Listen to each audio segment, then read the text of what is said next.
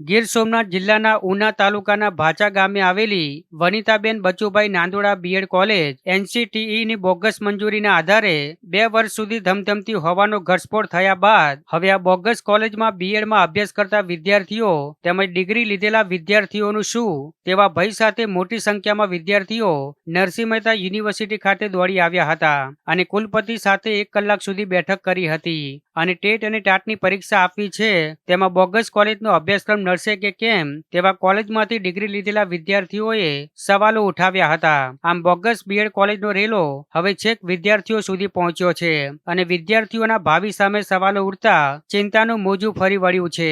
વિદ્યાર્થીઓએ રજૂઆત કરતા કહ્યું હતું કે અમે યુનિવર્સિટીને ધ્યાનમાં રાખીને જ એડમિશન લીધા હતા। અમારા એડમિશન અને પરીક્ષા પણ નરસિંહ મહેતા યુનિવર્સિટીએ જ લીધી હતી, ત્યારે તાત્કાલિક નિર્દોષ વિદ્યાર્થીઓને આવા બોગસ કોલેજના કૌભાંડમાંથી બચાવવા માંગ કરી હતી।